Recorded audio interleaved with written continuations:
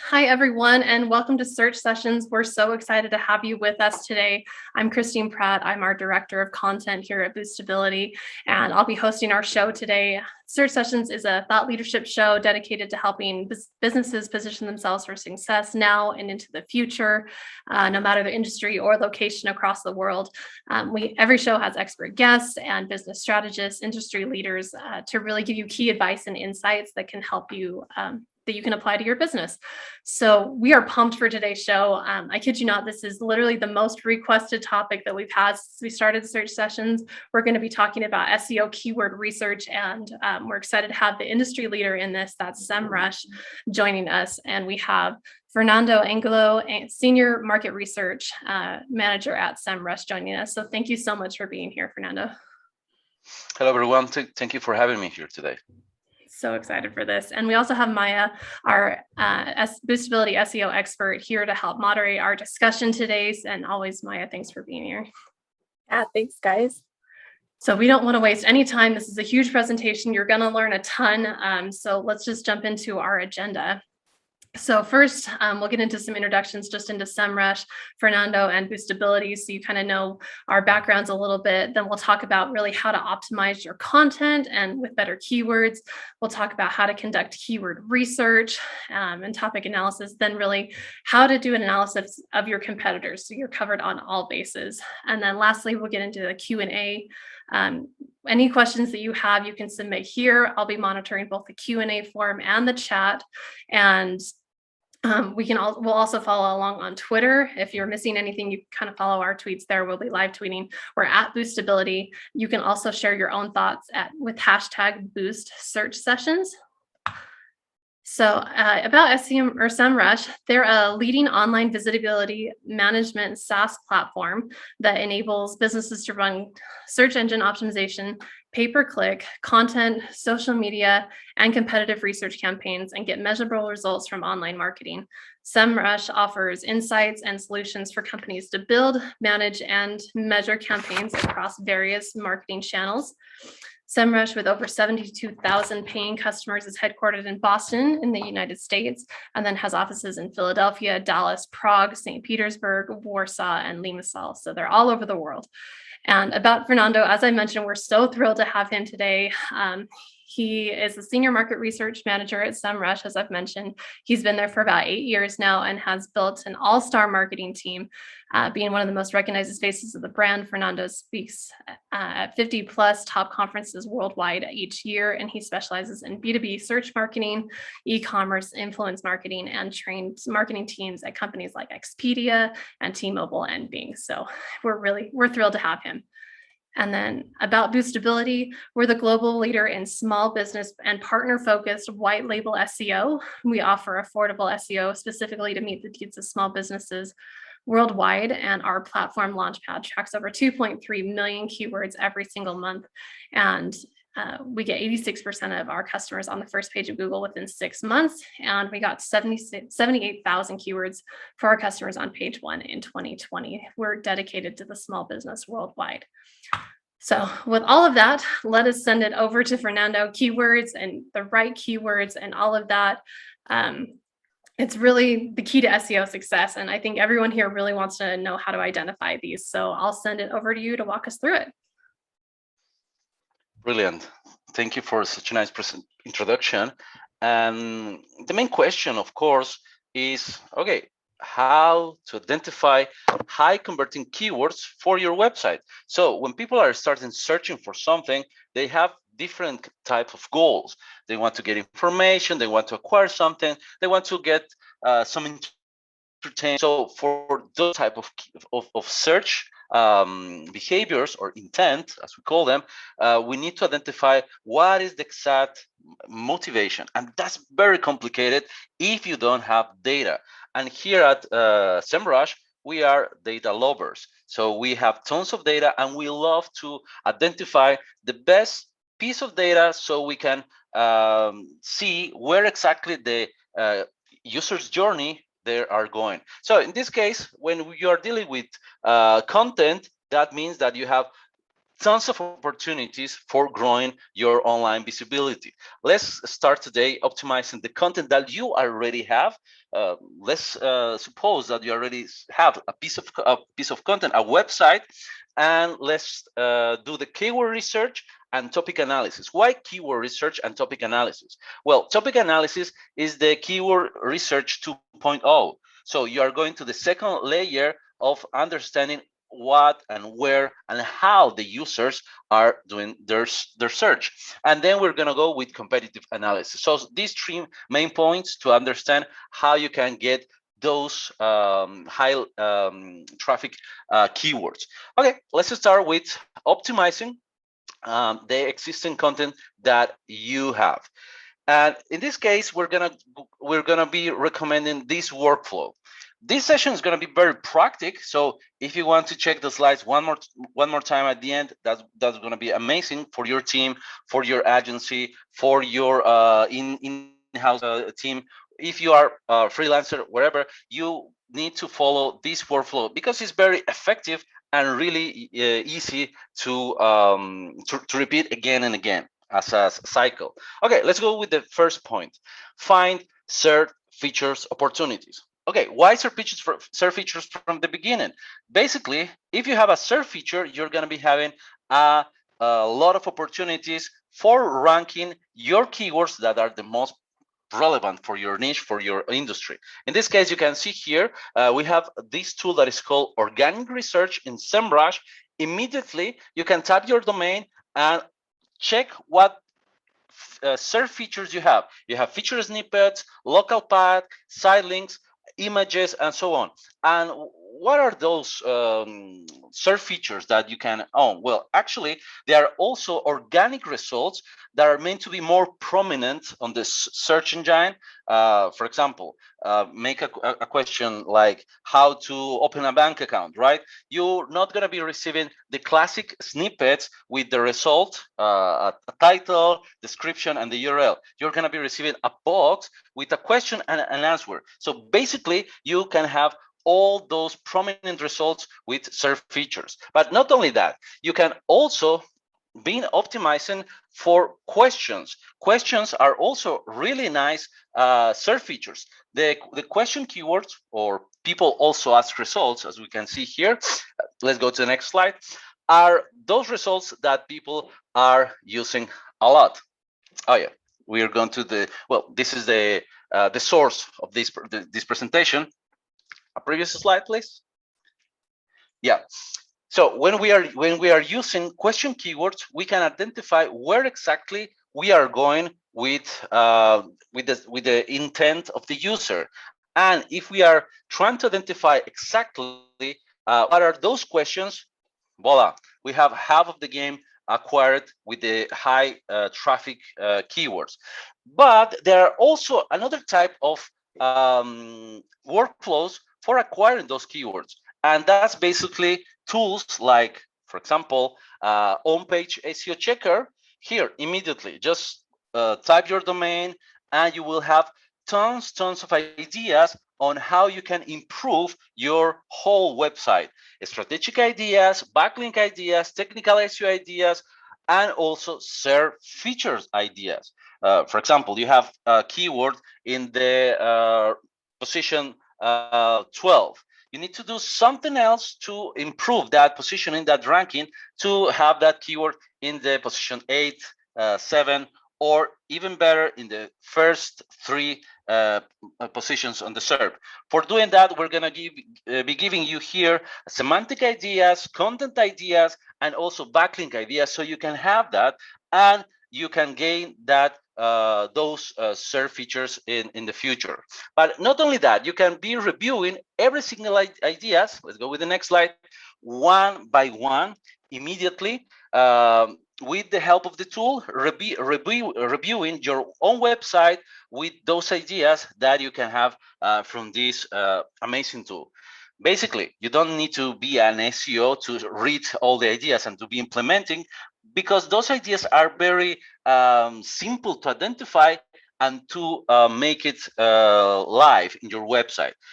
Just for an instance, when you're working with content, you need to identify the keywords, but not only the keywords, the question keywords, and then the positioning for those keywords and the content that the words that are enriching the content around that keyword. Just for an instance, here you can see an example of that. We have the strategy ideas, the search feature ideas, and the content ideas. How difficult to implement is all of this? It's easy, very easy to implement, but you need to follow each point one by one, each step one by one to have better results. So we have these ideas, right? We have the topic the topic research, we have the search features implementation, and also if you already have a website, you can have also a content audit. Why is that? Well, basically you have tons of pages in your website. You need to see which one of them are having better results. What is the performance overall of your whole website?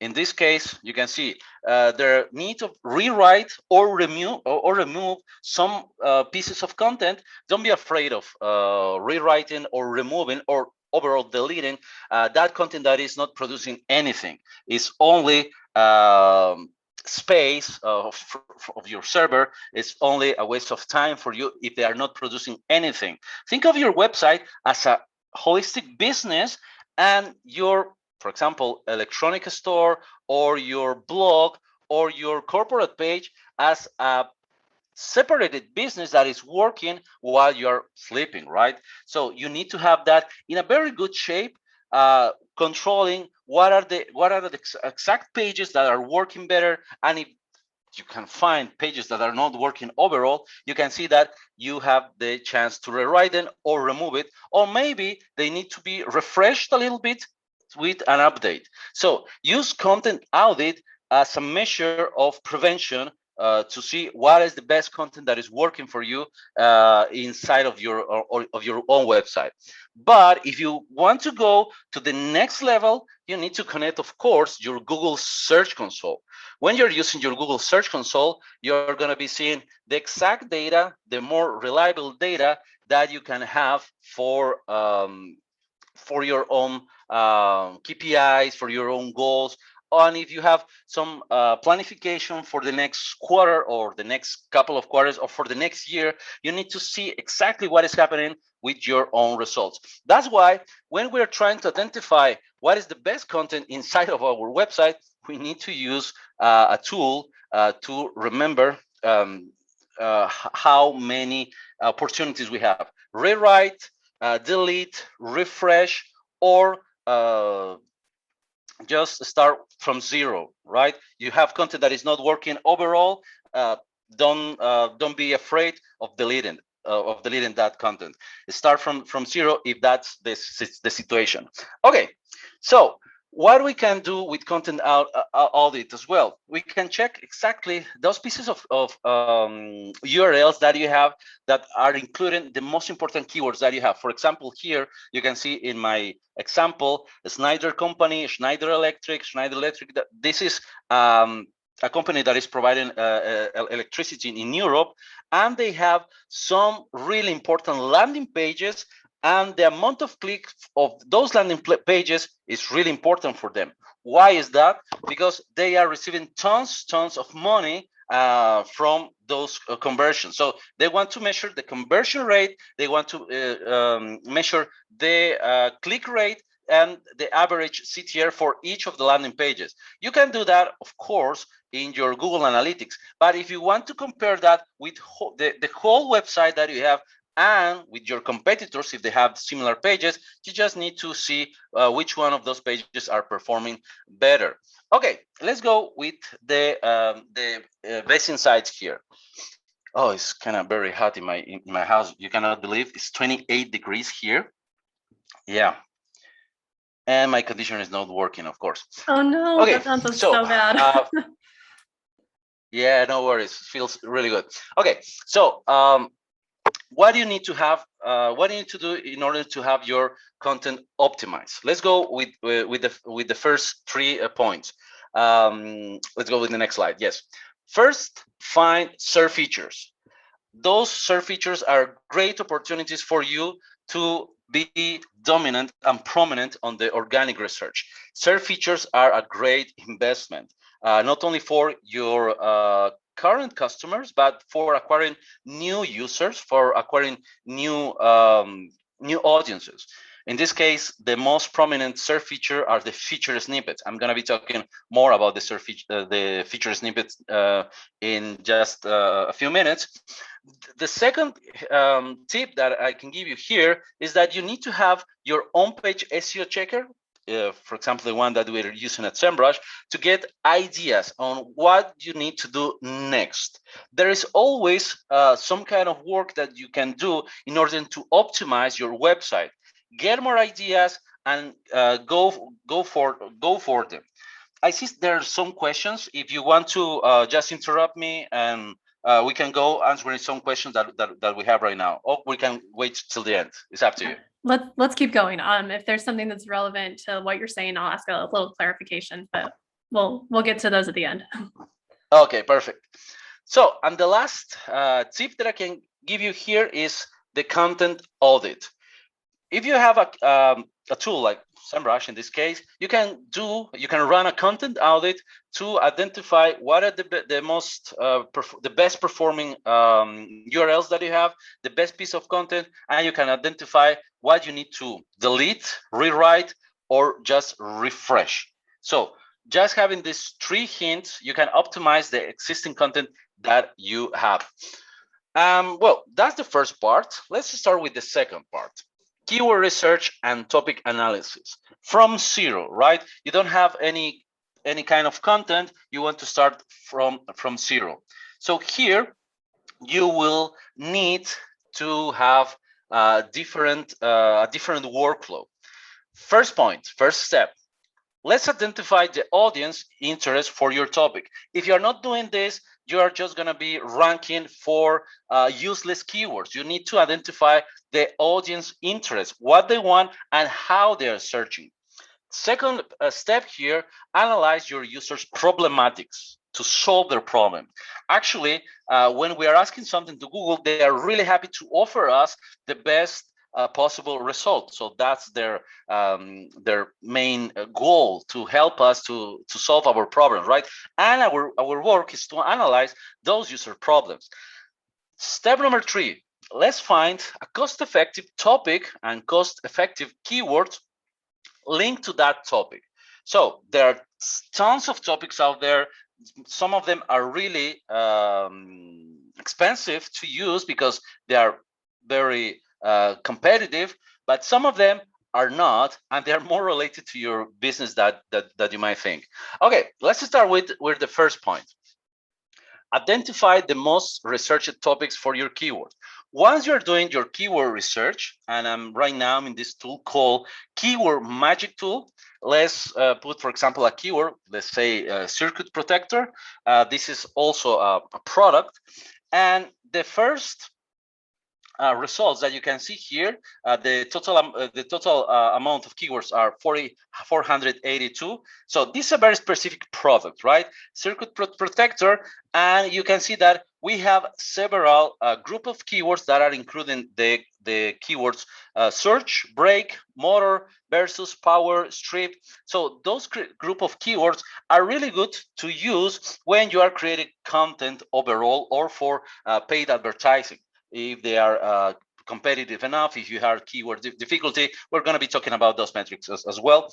But here you can see, analyze what your users are searching, analyze how they are searching. You can see circuit protector, circuit break, circuit protector, circuit, and so on. You have 482 different keywords that contain our main keyword, which is circuit protector. You do the broad match, the phrase match, or the exact match if you want better results. Okay. Fernando, can I jump in and just ask a clarification question for people who are first-time users of this tool? Would you be able to explain the differences between the 4 tabs: broad match, phrase match, exact, and related, just so we understand?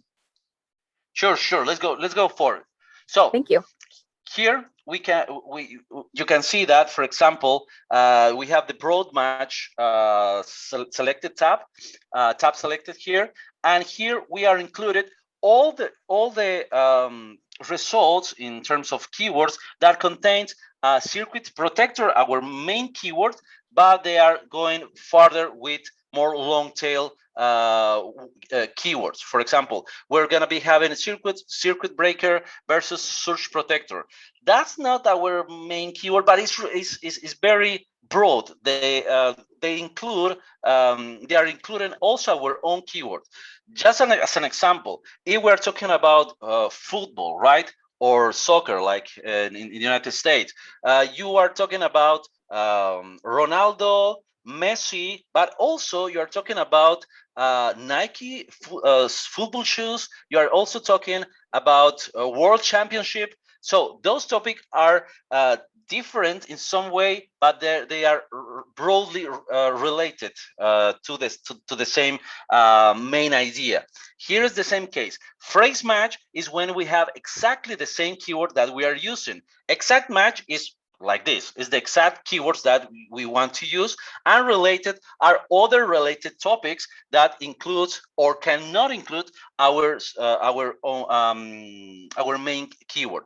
So basically, when you are using this, is more interesting to use when you are doing ads campaigns for differentiating the ads campaign that you have, and for including new audiences. You can use exact match for your most for your branded keywords. I need to explain what is a branded keyword as well. It's the ones that contains your brand name. For example, if you are Coca-Cola, you're gonna be just using Coca-Cola, right? Or if you are Wrangler, you're going to be including jeans, Wrangler in red offer, whatever the keyword is, but those keywords including the brand name. They are non-branded keywords that are basically broad keywords that are not included any brand name. Those are really good for user acquisition as well. So in this case, related keyword, exact keyword, phrase match, broad match are really good for building ads campaigns. In our case, we want to understand how they are searching for creating semantic groups, only for that matter. But the second part here is how we can understand which one of these keywords are really cost effective. Let's go to the next slide. And here we can analyze first the volume of the keyword, and then the keyword difficulty of the keyword. In this case, you can see that, okay, we already change our keywords. This is for an Australian businesses, protection relays, right? And here you can see that we already have some of the keywords that are filtered by the volume. And let's say power protection relays, they have 90% of volume, then 70%, then 90%. These are very low volume keywords. But when people are searching for such unique, let's say, for such specific products, they are really interested in them. So the intention, the buyer intent, the shop intent here is higher. So you want to have more of these keywords working for you. For example, here we have the third result. How do protection relays work? So people, they want information. How this work? I want a tutorial. I want to see a video. I want more information. So this informative type of keywords, they are looking for a specific response. And you can create a bond if you have the content that is going to be solving this problem. Then you can see that they have different other products, right? So related keywords help you to expand the breadth of your web content for your niche topics. In this case, you can see we have related keywords that are working really well, not only for understanding what is the product, but how to use the product. That keyword is really important to make your business work. How to use your product, how to use your service. If you are not educating your users on how to use your services or product, they're going to be lost in their journey. So how to use, how to buy from you, how to open, how-tos are really important keywords for, and they are really cost effective because you are solving people's problem, and you can see that you can solve that problem using content based on those keywords. Okay, let's go with the next slide. And here we can consider the most popular keywords, questions for content creation and optimization. We have a tab here that is called questions. Easy to press. Just press it, and you're gonna be transforming your main keyword to question keywords. For example, all the how-to questions or the question keywords, for example, how to, where is, what is, etc. You're gonna be receiving hit for here with questions. How to connect fan regulator to home switchboard, how to make switchboard, how to hide the switchboard, whatever the question is. And here we have 270 questions only for one single product. 217 is a lot of questions, a lot of opportunities for content creation. And those are the type of keywords. I remember someone was asking how to get SERP features, right? So basically, if you are creating a page, a piece of content with questions and the answers for those keywords with the right structure, let's say with tables, with paragraphs, or with lists, you can have those SERP features or also featured snippets, which are more prominent. So question keywords are really important for your business. The pro hint that I can give you here is basically what is main of your product, your business, whatever. Where is it? Second question, how to find you, right? You're gonna have a local pack result there, and how to use your products, your services. Those three questions are really key for first creating your frequently answered questions page, or for making your product pages more prominent as well with questions from the users. Okay, so once we have this, we need to identify the SERP features that each question are already containing. Let's go with the next slide. So we identify the questions that are more relevant for our business, but we have also the opportunity to identify the SERP features that these keywords already rank. And you can have here more interesting information. The SERP feature, you can see the star here, for example, for the first result. You can see a link chain there. That's for the link SERP feature results as well. And then you can see images, questions, and videos, and so on. So different type of SERP features.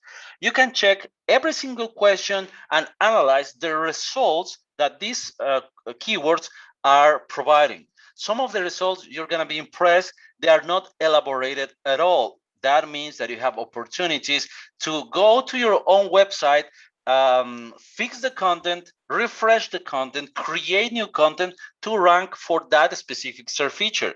In some of the cases, for example, for the image SERP features, the only thing that you need to do to rank there is so it's so I cannot say this. It's so easy to do. The only thing that you need to do is to add an alt text to the image. Can you imagine? Just add an alt text to the image to be ranked on the image search engine from Google. If you have, I don't know, a product, let's say a toy, a truck toy for kids, just add the alt text for that image. You can say, well, Fernando, we are in 2021. Who is using alt text?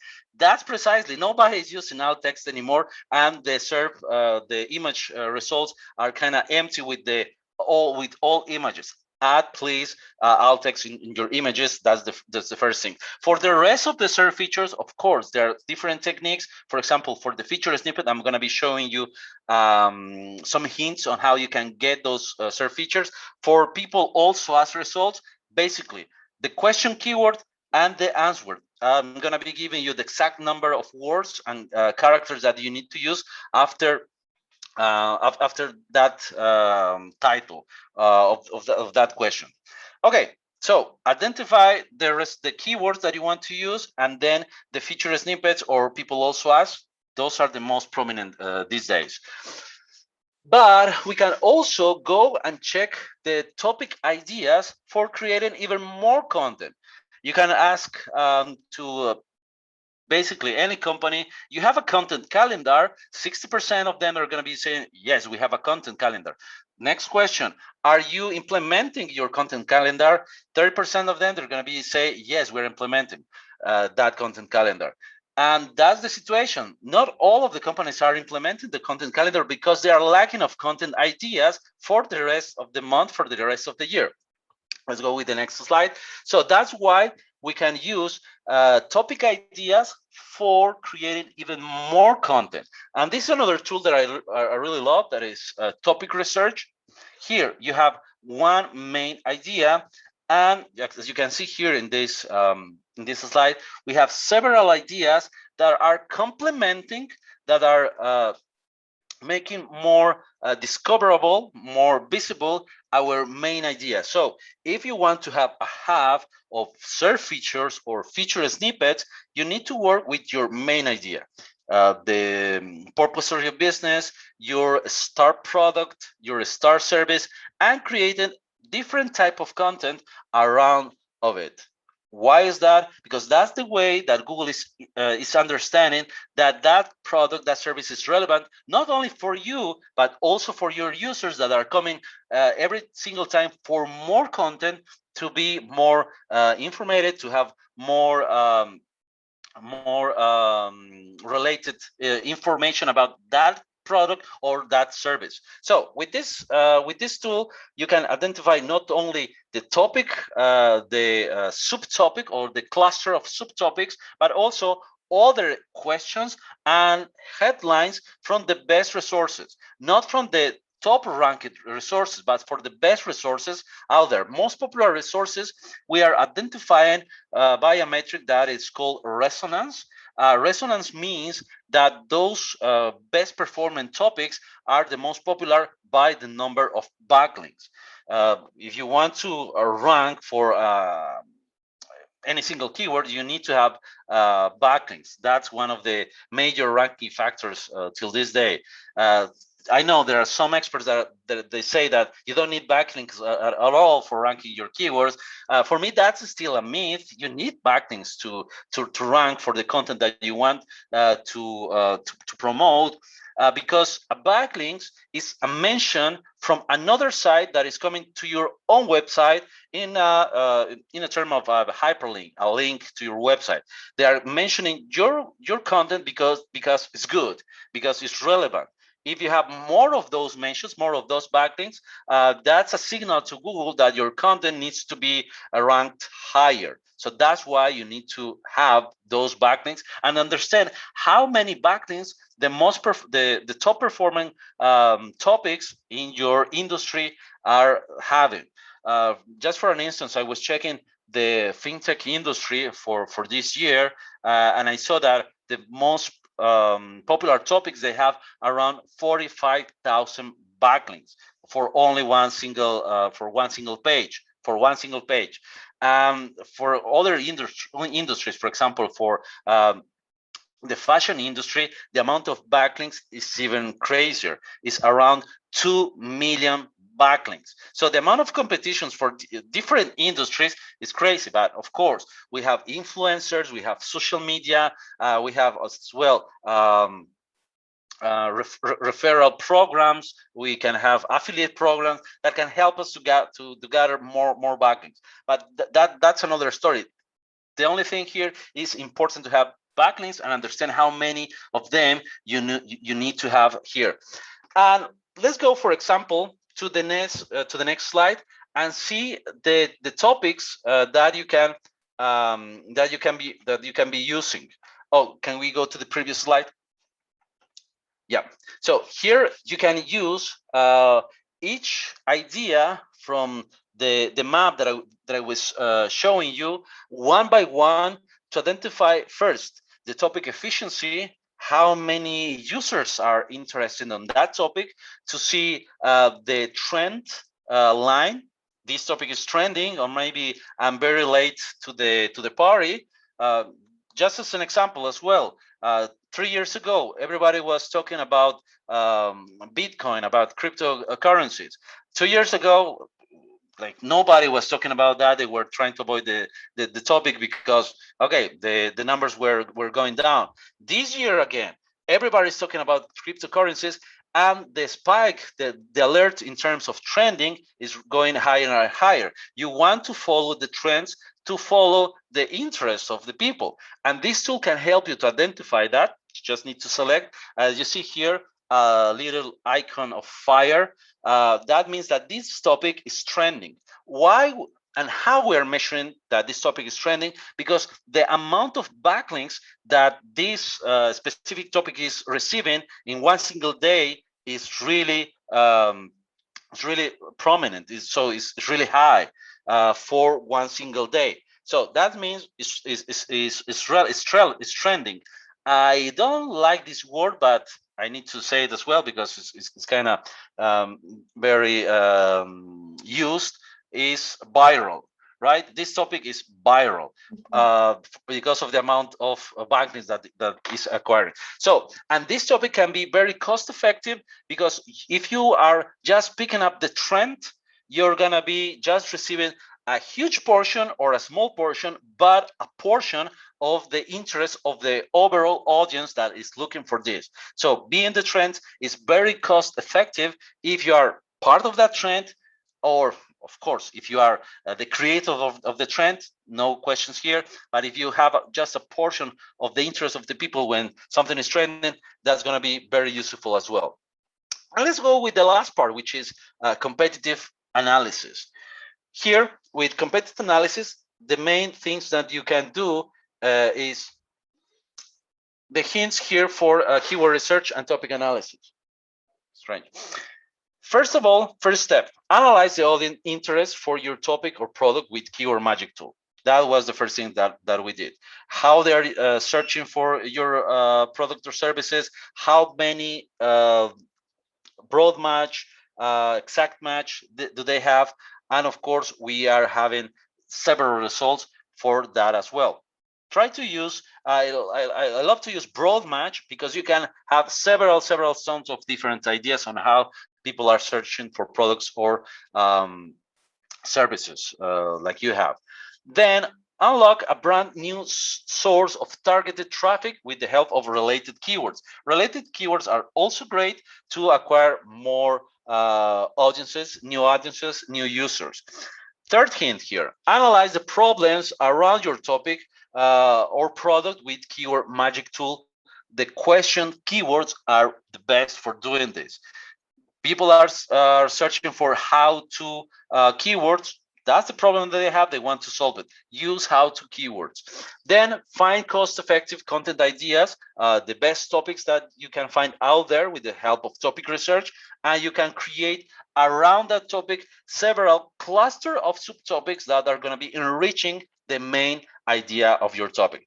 That's basically the most effective way to do the keyword research and topic analysis. Hey, Fernando, before we move ahead, I just wanted to address real time one of the questions that came through about how some of these keywords should be added onto the website. I know you touched a lot on SERP features, which is awesome, taking advantage of those spots to rank for, give people answers immediately and get highlighted. And people also ask as well. But for Mo, I believe you asked this question, but for some of those how-to keywords that Fernando was talking about, that all depends on intent. And typically for those, when you do a manual inspection of some of these keywords, you have this tool is so robust and it's vast and definitely worked across a lot of different keyword research platforms, but this one sets the standard, it sets the bar. It's very, very robust. It does come with some pricing models that fit you depending on what you need. But with that, when you're looking at your keywords and you find that list of ones that could be potentially used on your website, always inspect it as well in Google incognito mode so you can see and be able to decipher where should this keyword go. Are the SERPs or search engine results page, are those listings landing pages? Are they blogs? Are they an ultimate guide? let that dictate your decision on how you're going to place that keyword on your website. And typically, though, from what I've seen in the past, those how-to articles are traditionally more article-based. So I hope that answers your question. If not, send us another one and we'll address it on here. Sorry to cut you off. Continue. Brilliant, Maya. Yes. Maya. Well, yes, that's the situation. If you want to rank for a keyword, don't think of one single keyword. One single keyword is not helping basically anyone. You just need to think about the group of keywords, series of keywords that are around that topic. You are not talking only about shoes. You are talking about t-shirts. You're talking about different other products like bicycles, sports, balls, whatever that is related to sport. But if it's your main topic, try to change a little bit the perspective about how the user is getting that content. That's why we need to select the most relevant keywords that are solving their problems, as in the third hint that I was giving you here. Okay, so let's go with competitive analysis. Why do we need to do this? Basically, because we are not alone. We have tons of competitors out there that they want the same thing, and some of them are really active when they are working. But something that is really beautiful in our digital industry is that you can have all the information that you need in a very transparent way using data. So you can see how good they are performing with their website, how much money they're spending in ads, how much effort they are doing when creating a new piece of content, what is the best product that they want to promote. So all this information is out there because it's the internet, right? And you can have that just analyzing their website. Okay. When we go to competitive analysis, I got really excited because that's my topic. I'm market research manager at Semrush, and here we need to start with keyword SWOT analysis, 4 up to 5 keyword profiles. I'm gonna show you how to do that. Then we're gonna be analyzing the search engine result page to easily find the website's core semantic. That's a very important word that you need to remember. What is the website's core semantic? Basically, that's the identity of a website. That's the core of success of any website. For most of the websites that are really successful out there, there is a Pareto law that means that 20% of their most relevant keywords are given to that site 80% of their traffic. Only 20% of the keyword they are bringing 80% of the traffic, which is reality for most of the most successful websites. The 80% of the keyword, the rest of the keywords, those are the really ones that are in the competition part, and that's the one that you need to work with. That's why we need to analyze that as well. Then we are going to be discovering competitors' best performing content as well. So let's start with the competitive analysis part, and let's run the keyword SWOT analysis. For doing that, let's start with our gap analysis. And this is basically, we are trying to identify what is the number of keywords that our website and our competitor's website have at this precise moment. Or we can use historical data to see what was the situation 3 months ago, or 1 year ago, or 2 years ago, depending on when or on what exactly date your competitors were starting their businesses. Here you can see that in the keyword gap tool that you can easily find in Semrush, you can just add the domains of your competitors, and we are building this graph with the circles here, and the intersection of each circle means that they have the same keywords that they want to rank in the search engine. We're going to be seeing the positioning as well. Here, the only thing that you can see is that they have their same keywords. They are competing for the same amount of keywords.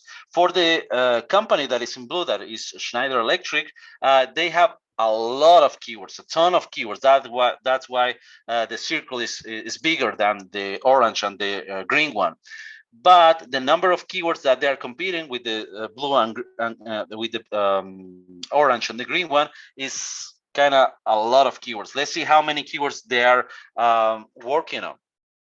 So let's go with the missing keywords. So continuing with the keyword gap, we can find the keywords that our competitors are using, but we are not using at all. And you can see here, there is one specific keyword that is bringing to their competitors 1,500 users per month. So that's a really important keyword because you have already the same products, but you don't rank for that keyword at all. So that's a missing opportunity.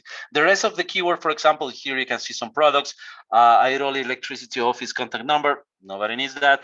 Kiros Light electric toll-free number, nobody. Buy electric motors near me. That's a very important keyword for the company as well, and they are missing them. They are not working with them. So this is a way to identify. And let me tell you this: when I'm working with coaching some companies on this tool, they identify this tool like a gold mine of business. Why is that? Because here you can identify the real opportunities, not only for using your main competitors, but also for your direct competitors, but also using your indirect competitors. Here you can see what is the exact amount of keywords that you are missing and the exact words or the exact keywords that they are unique for your website. So that's the risk that you're facing. And of course, let's see the keyword overview for the group of keywords. Let's go with the next slide. We can find the in the tool that is called keyword overview as well, the ranking for keywords in our industry.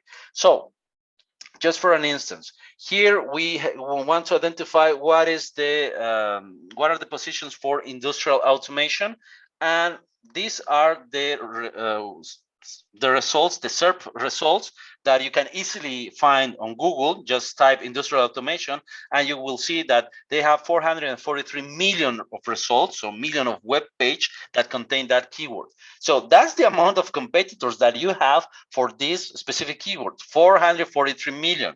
But don't worry, not all of them are relevant, not all of them are good. You just need to see what are the top 5, in some cases top 10 to be there.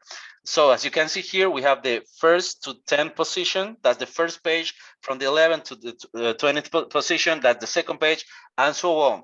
Basically, nobody is looking for a result in the second page of Google. Like nobody, right? If you are doing that, you are like, hello, right? It's a ghost town. Yes. So the first page of Google, that's the most prominent one. But to be in the first page, you need to fight with the 443 million of results. You can do this easily in keyword overview, or just go to Google, to the search engine, tap the keyword that you want to rank, and you can see the SERP number, the number of pages that are competing for that. That's one way to do it, how many competitors you have.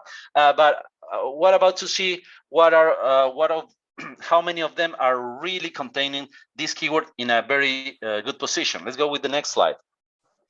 So to analyze the keywords that your competitors are using to get ideas to how they are containing their course semantic, you can see here that we have the URL keywords, we have the search traffic, we have the backlinks, the reference domains, the page authority score. So all these metrics are making more easy to digest. Okay, who of them are really my competitors? Maybe a blog is not the main competitor of your electronic store. Maybe travel magazine is not the competitor of your travel agency, right? You can be partners, you can be partnering. That's why you need to identify these exact pieces of information, like the metrics, for example, the URL content. So competitors' product pages can be a gold mine, let's say it, to find keywords to build your own semantic pages. In this case, you can see that containing the keyword in the URL For the first result, it's like no, they have only eight results. For the second result, it's like 39 results containing that keyword. It's like bigger. But for the fifth result, okay, that's Wikipedia. That's 148 results, not a competitor. For the fourth position, that's the company that we are taking as an example. They have 24 keywords in with the URL with that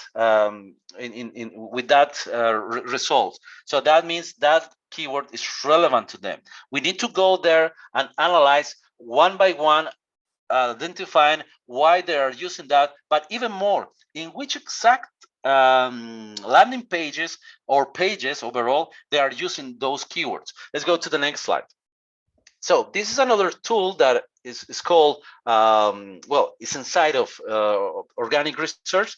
This is the tab that is called Pages. And here we can see all the pages, but the number of traffic and the keywords that they have that your competitor has. Just for an instance, you can see here that some of these pages that they have a really high amount of traffic in terms of the overall percentage of traffic. For example, for this johnsoncontrols.com, they have 39% of the overall traffic of the website with just 124 keywords. Then you can see the second page that they have, which is their contact us page. They have 22% of their traffic. Basically, all the people that they know this website, they are going there, but still they have keywords for attracting people there. But there are also some of the other pieces of pages, URLs that they have that contains 7 keywords. The amount of traffic overall is 5%, 3%, and 3%. So take a look here that this is a very risky situation for every business. Imagine if you lose those 7 keywords or just 5 of them, you're gonna be losing 4% of your overall traffic. Or just for an instance, take a look of the 6th result. Here you have only 1 keyword that is bringing 3.5% of the overall traffic. Imagine if the overall traffic is 2 million visitors per month. That means that 3%. I'm not good at math, but that's a lot of people that you're going to be losing because of that keyword. That's why you need to enable more keywords. Or if you are a competitor, you can see how risky they are playing. Or maybe they're not doing any SEO at all. Maybe they're just skipping that part, but that's a risk that they are taking, and they can easily avoid it working with more results, improving, optimizing those pages that are bringing so much traffic. So you are discovering the best performing content by the amount of keywords that they're bringing the traffic. If you want, I see one question here. How do you see the one keyword? Well, you can just press in that result in the tool, and you're going to be sending to another part of our software that is telling you what exact keyword is that and how much traffic and the rest of the unique metrics that we have there. Every single result that is underlined in blue is clickable. So you can click to all the results that you see on the page to go in a different layer of analysis. Okay, let's go with the next slide. Then, oh, sorry, yes, Maja? No, I just said it's a maze. I somehow like get lost in it myself. If I click on all the links, can easily, 2 hours yes. passing by and I'm like, oh my goodness. Yeah, it's a lot. I don't know if we have some more time because it's only 25 minutes, but I see that already 35 minutes. Sorry about that. We're the last part. That's okay. You're good. Keep going. Okay, perfect. So we go to organic research to understand how our competitors, they are performing with their content. What is the best performance for our competitors? And here we can filter with keywords to find the competitors' most popular content by categories, right? So you can go exactly the same part, organic research, then pages, and then you can go immediately with the filter, with the advanced filter, just identifying the main keyword that you want to find. In this case, I just added automation, and you can see about 1,500 of URLs contain automation. So for this website, automation is something really important. And I can see what exactly they are writing every single piece of content about automation, automation solutions, automation Rosemont, automation Apple Tech, automation Fisher, automation ASCO, automation Tescom. So all their products, all the pieces of content, everything that they have around automation. And I can see what is the semantic core for this keyword. They have automation. They're not only talking about automation in their blogs, but they have tons of several products that are related to automation. You can just build the semantic core using all these organic pages, 1,500 at least pages that contain that keyword. That's relevant for them. Of course, it's relevant for them. They are working a lot for that, for such products. And of course, the hints for ending this part for competitive analysis. Now you can understand that if you conduct a SWOT analysis, a keyword SWOT analysis, you will receive what is the profile of your competitor. Yeah, let's go for the next slide.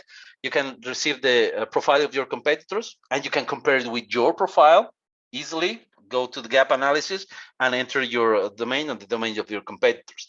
Then you can analyze the SERP with keyword overview to easily identify who are your competitors, how many of them are out there, but also how many of them are relevant in terms of core semantic, how many keywords that are related to yours they have.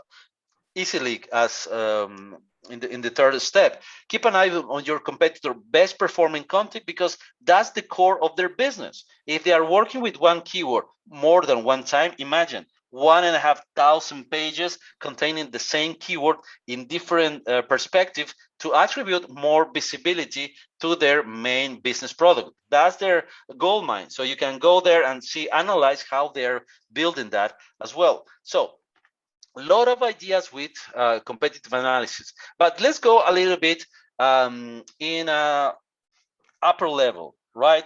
Let's see how consumers are working right now with their results. So basically, right now we are living in the era of the user, when everybody in the world, they can have wherever they want at the moment they want, in the form that they want. You are in Australia, you are in China, you are in India, or you are in Czech Republic like I am. I want to ask for Vietnamese food. It's just pointing my telephone, asking for that, and having that result. That's how it's working these days. 10 years ago, you cannot do. You can even imagine to do some things like that. But since the pandemic, since the last year, things are changing for all the businesses. So it's not anymore a requirement to do SEO. It's something that your business needs to survive. That's why this type of results, the featured snippets, and the people also ask, are so important. Just for an instance, I made this screenshot in India 3 years ago in a business trip, asking, is it safe to drink tap water in India? And the main result is telling me, no, it's not. It's not safe to drink tap water in India. And that's from a mobile device. And the amount of questions, other related questions, or people also ask questions that I can receive from that result in my mobile device is endless. The machine learning algorithm behind Google is working with people also ask really in an impressive way.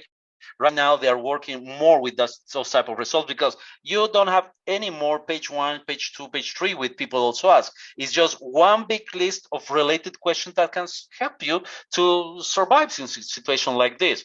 And that's why these results are so important, because for the featured snippets, you need to have a really good positioning. But let me give you the hints. Let's go with the next slide. This is the piece of page that I want to share with you. How you can have a featured snippet. So you can just print this page, take a screenshot, and go to your content team and say, okay, let's work with paragraph, list, table, or with images. This is the amount of words that you need to have for acquiring a paragraph or list, table, feature snippet. 44 words for the paragraph, for a list an average of 5 items or maximum of 8, for the table 3 or 5 rows. the amount of characters, as you can see, the words per item, the columns, and of course for the images, the right size of the images are here, 159 height, and the width is 231. So we have a huge, and we have made a huge analysis to identify these numbers. So you can just go and use it with the results that you have, or building content from zero, or reshaping a little bit, refreshing the content that you have. Why is this important? Let's go with the second slide. Well, basically, because for most of the industries right now, the question keywords are already taken.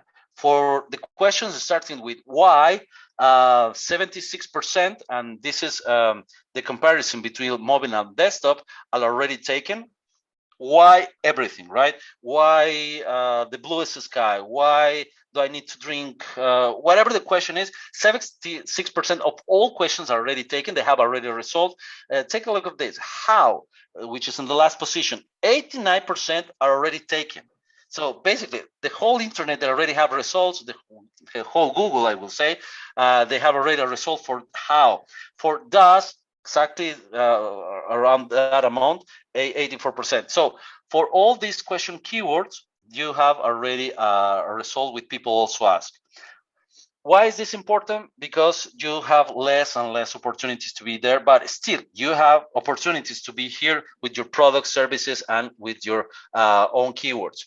Some companies are already getting advantages of these type of results, not only for people also ask, but also for feature snippets. They are not measuring anymore the traffic, the search traffic. They are measuring the brand impact. Let's go with the next slide. For example, in the US, Citizens Bank, they are measuring brand impact by the number of feature snippets that are gaining every single time. And I remember this from one of the colleagues that is working there. Every single time that they acquire a feature snippet, they have a bell that is ringing. Hey guys, we have a feature snippet. Wow, that's a beautiful result that you can have. They have gained around 587 feature snippets last year. This year they have 500 more. Let's go with the next slide. This is another company that I really love. They are Bank Bazaar. This is a marketplace for banks in India. They have acquired 12,000 feature snippets for the fintech industry in India. So basically, they are not even a bank. They don't have offices. They're just a marketplace, but they have really impressive results just for working with the structure of the content that I was showing you at the beginning of this last part. Let's go with the next slide. What is the secret? Here is the secret formula. No, one slide behind, please. Yes, this is the secret formula. Have these three questions in a great shape. What is then the name of your brand, the name of your service, the name of your product name? How to use the name of your brand, service, product name, and where is the brand name, the service, product name? Use paragraphs, lists, and tables with these three questions, and easily you can have these results by, let's say, and I'm not kidding, by tomorrow or day after tomorrow, not on a feature snippet, but in a people also ask result. Because you know what is the positioning that you need to have to be ranked in a people also ask result is position 100. So nobody cares what position you have. You need to have only the right answer to this type of questions. But for the feature snippet, you need to use, you need to have at least your keyword rank in the top 5 positioning. So it's very different. The feature snippet, the most prominent, or the people also ask, which are easily below every single other search feature. Well, basically, with this type of results for one of our clients, let's go with the next slide. I saw that they have a really interesting keyword already with a feature snippet. You can see, why is electric bill so high? And that's a question that in every single country people are asking every single time. And if you are appearing to work with feature snippets, or people also ask, and you have this type of answer as an electoral company, you can have the trust of the people because you have the answer for such an interesting problematic keyword. So these guys are working really great for that, for such results. And let me end with the next slides. Basically, When you are working with content, you need to make that content prominent. And for doing that, work with search features, feature snippets, and use all the available tools and strategies to do that. One single strategy is not going to be working for you. You need to use several of them because, as I mentioned before, right now it's not something that you need to do, something that is a requirement to survive in our industry these days. Well, basically, that's all the presentation that I have for today. Thank you very much. Awesome. Thank you, Fernando. And then there's his contact information if you guys have additional questions. We've had a really good discussion going in the chat throughout this. And then I also want to, if I can get my slide to advance. Semrush has also provided a code for everyone who has tuned in, but for some reason my computer's just frozen and I can't advance that. But I will make sure that it gets released through our email and, oh, there we go. Now it just had everything. Here we go. Here's your promo account for, this is a 2-week pro account with Semrush. It gives you a chance to try all these tools that Fernando's been talking about. If you want to take a quick screenshot, this will also go out in our email follow up to all attendees. So just want you all to have access to that. So thank you again, Fernando, for all of that. And we also have a few questions. We've had, like I said, we had a really good chat going through the chat today. So we've addressed a lot of them there, but I do want to do a couple high level. And then if we didn't get to your question, we will reach out to you individually. But you've talked a lot about like search volume and, you know, some of them were the 90 and below, like people don't care about that. What's a good, like if you're trying to rank for a new keyword, you know, one that's maybe really competitive, what's a good search volume that you should kind of look toward this, something that you can go and try to achieve ranking for? Well, that's a really great, yes, Fernando, that's a really good question. Go Maja first. No, please. I'm gonna drink my tea.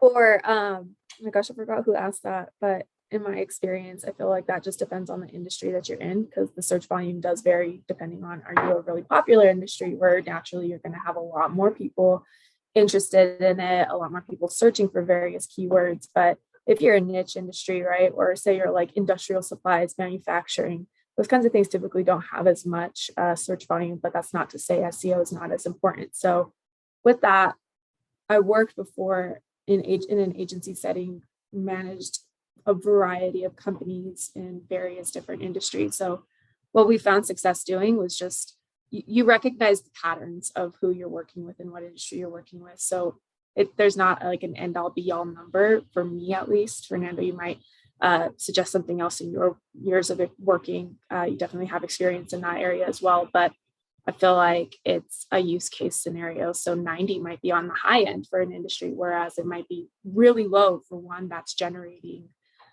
like 66,000 monthly searches on average. So it's just kind of, you feel it, and it just depends on who you're operating for, essentially. But Fernando, I'm so sorry to cut you off. I think there's like a delay or a lag, so go ahead.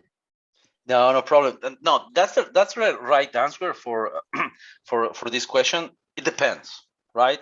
It depends on the industry. It depends on your budget. It depends on the efforts or the team that you have. If you can work with a really high amount of traffic, you need to afford to have a team that is working with the content creation. You need to afford the agency that is going to be working for creating that for you.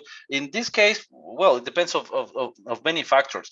But one of the insights here that I would like to give you as well, that will be really interesting to go with the most not high volume keywords, but the ones that are converting more, because the high volume keywords are traffic dependent. So that means that you're going to be having thousands of people visiting your website, but not all of them are going to be interested in buying, right? So the medium level or the low level keywords are the best performing in terms of conversion. For example, the question keywords that I was mentioning, they are not more than 100 volumes, 60 people per month. There are some that are 1,000 searches per month, but to have depending on the stage of the buyer journey. If they are at the top of the funnel, middle of the funnel, that depends on what stage you are right now. Awesome. Thank you. One thing, there have been a lot of these, so I'll just take this one real quick. Yes, we will send out this webinar recording. We'll do that before the end of the week. It will also go up on our Boostability Facebook, or not Facebook page, YouTube channel, and our website. That'll be up this afternoon. And we'll send this out in a slide share, as well as the promo code and all these resources. So you guys will get everything if you attended. So don't worry about that if you missed anything or you just want to go back and watch it again. Okay, next one is, like, you've talked a lot about just researching keywords in general, so you can get all kinds of ideas. And, you know, I think you also said that, like, you know, 70% of us out there have a content calendar. So you go in and you start to research and you start to find your keywords. How can you really, you know, you're like, oh, I see an opportunity here, I want to start to rank for this. Maya, you've touched on this a little bit, but how do you go and, like, plan out your content calendar to really take advantage of these keyword opportunities that you're finding? Do you have any advice or recommendations on that? Yes, that's a great question. Maya, go first, please. No, Fernando, it's your turn now. I went first last time. Okay, perfect. Well, with that question, I will go definitely with tools to measure the topic efficiency of the service of the product, or the product that I want to promote. From that point, I will go creating the cluster of subtopics around that main product. If my main product is my own business, my brand name, for example, I want to get more brand awareness, I'm going to be working more with that, explaining who we are, who I am, what are the services that we are providing. And around that are many other topics that you can start working with. If I'm promoting a product or service, I'm going to be doing exactly the same thing, but here I will conduct all my strategies for creating a hub of strategies. For example, email marketing, social media marketing, paid advertising. You are doing influencer marketing as well. You have, just for instance, content marketing. You have your partnership program. Whatever the other strategies or channels you have, the same content distributed for all these channels in the same week, the same month. So a content that is going to be floating around your users with the same main topic. So your main strategy, going once per month or once per quarter to all of your users, if you have users, of course, to create more awareness. I love to have one single topic running for one single month in social media, email marketing, or my monthly blog email letter, just to make this topic more relevant and to create the awareness that I'm looking for. Awesome. Maya, did you have anything to add on that? Just in terms of, like, the content calendar, I want to go back to Fernando's point on the competitor gap analysis. I feel like that's a great place to start, especially if you're strapped for time. Keyword research is such a daunting process anyhow, and efficiency is extremely important with SEO. So that's always my starting point, doing that competitor gap analysis and seeing, first and foremost, like, what are our competitors ranking for that are dominating that space, and trying to find those gaps in there that are going to be most worthwhile for our times, get us fastest results in a short period of time, while also trying to achieve rankings for broader, higher search volume terms. And that coincides with what Fernando was saying in terms of like your funnel. Are you your broader, higher search volume terms that are typically harder to rank for? They're at the top, and you want to have a mixture of keywords that can increase your conversions. I think that was actually a question Robin asked, where you said, is it better to have medium to low keywords because of conversion rate? And Fernando, I don't know if you wanted to answer that question, but I feel like those are typically lower competition. So your conversion rate or your click-through rate for that one tends to be higher with those terms that you don't have a lot of people competing in that same space for. Does that echo the same sentiment you were going after, or is there anything else that you would like to add in terms for that question? No, you're right. Perfect. Yeah, it says that, yeah. Awesome. So I hope that answers a couple different questions about, just planning your content calendar in general, but also a little bit more into like, if you see a competitor that's ranking for a keyword that you want to then rank for, some of what Maya and Fernando just talked about is what you can implement to try to go after that and eventually rank higher than them. Mm-hmm. Awesome. So I know we are past the hour, but I want to ask one more, and then we'll wrap it up. And then again, if we didn't get to your question, we'll reach out to you individually. But one is just, you talked about the snippet in general, and I feel like a lot of people might think that's intimidating, like, oh, the Google snippet is like the gold standard of what you maybe want to achieve on a SERP. But in reality, it's not just for big organizations. Can you clarify? Really anyone can go for that if you have the right keyword, the right information, with the right content. Could you talk just a little bit to that? Fernando, why don't you start and then we'll go to Maya. Yes, definitely. When it comes to feature snippets, right? Mm-hmm. You can, my favorite example, if you can immediately right now go to Google and ask why the sky is blue. You will receive, depending on the state that you are or the country you are, beautiful images with the Prisma and the Wikipedia explanation, or the Observer, or the best university in your country explanation of why the sky is blue. Actually, I can see that, Maya, you have the Aurora Boreal behind you, right? There is also a feature snippet for why the Aurora Boreal is like that, right? Because of the northern, the polar north. And so those type of explanations are really great for a feature snippet. You have the question keyword and you will have the answer for that keyword. How to use this type of information right now basically is about the structure of the content and the ranking that you have. Two things: the structure of your content, the amount of keywords that you have, the amount of words that you are using, no more than 44 as the spreadsheet that I was sharing for you, and the position that you have. The at least rank in the top 5 positioning. There is a certain percentages for each of those position. It's not relevant if you are in the top 1st position, in the top 2nd position. It's relevant to be in the top 5.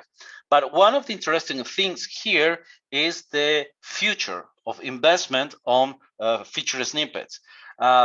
We made an analysis last year about, okay, what to do with this feature snippet and why Google is investing so much effort to build this so relevant result.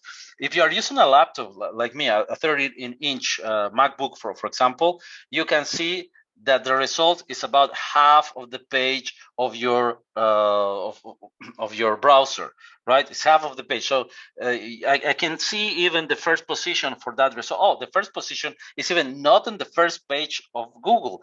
The 1st position is the 2nd, because I see here images, I see here videos, I hear people also ask. So all the 1st page is about search features.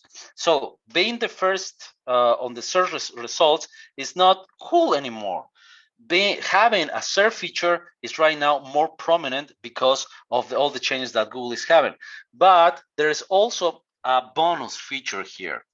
If you have a voice device, let's say you have Google Home, you have even Siri, or you have Alexa, some percentage of them for Alexa and Siri is going to be taken from feature snippets. But for devices, 80% of all the answers for voice devices are coming from feature snippets. So you have a feature snippet and you have a voice search result. Ask the same question to your home device, to your Google Home device, and you will receive the exact content of your feature snippet. So that's why it's so important. You have your assistant connected already with your own result. Imagine if you want to ask something when you're in the middle of the street to Google, and you will receive the wrong feature snippet from the wrong company. I mean for the competition, right? You want to have yours, of course, to make that those people going to your website and having that information from your website. If you are a big company, that doesn't matter. Google, for example, for big brands, like let's say Apple, Samsung, whatever, they are mentioning this information is coming from Samsung. But if you are another website that is not so popular, they will mention the exact domain that you have. This information is coming from from yourdomain.com, and you will have the visibility and the brand awareness from that. That's why investing on feature snippets, and people also ask, is so important. It's an investment for the future as well. Maybe right now it's not so important to have a voice search result, but let's say in the next years to come, that will be a really, really great result if we're going to be living in a voice search future. Awesome. Mai, did you have any final thoughts real quick on that? Just a couple, and nothing too big, but I know it seems like a daunting thing to be able to rank for a feature snippet, and then people also ask, but this is a great time to test out some different theories. One of the questions that we got asked was about positioning, like where on the page are you supposed to position some of these question-based queries or some of these opportunities to rank for the featured snippet? Are you supposed to do it at the top of the page or at the bottom? Typically best practices dictate that you want to do something, you want to put your most important information up at the very top of the page, just so you can almost guarantee that it's going to be crawled when bots do crawl your page top down.